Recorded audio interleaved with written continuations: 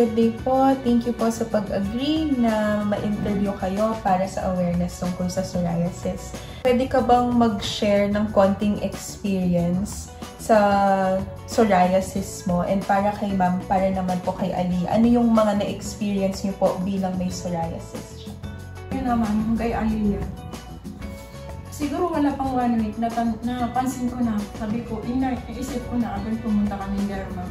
Ayun nga, ang sinabi nila psoriasis. Kaya nung pag-start na, nagbigay na sila ng gamot.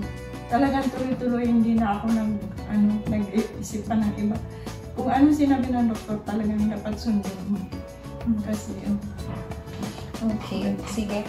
May mga gusto po ba kayong ipaalam sa general public o sa ibang tao tungkol sa sakit na psoriasis?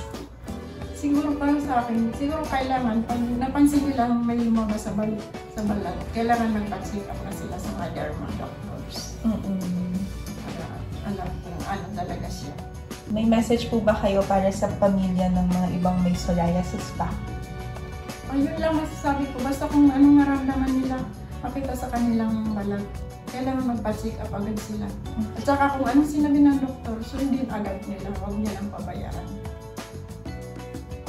Ang psoriasis ay madalas na hindi nauunawaan. Hindi lang ito isang skin condition, ito ay isang autoimmune disease na maaaring makaapekto sa mental, emotional at social na kalagayan ng isang tao. Mahalaga ang role ng pamilya sa isang taong may psoriasis.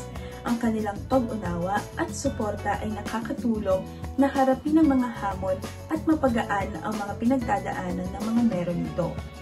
Para sa mga pamilya, napakahalaga ng inyong role sa mga taong may psoriasis. Para sa mga may psoriasis, mahalagang sandalan ang mga taong mahal sa buhay at humingi ng medical advice kung kinakailangan.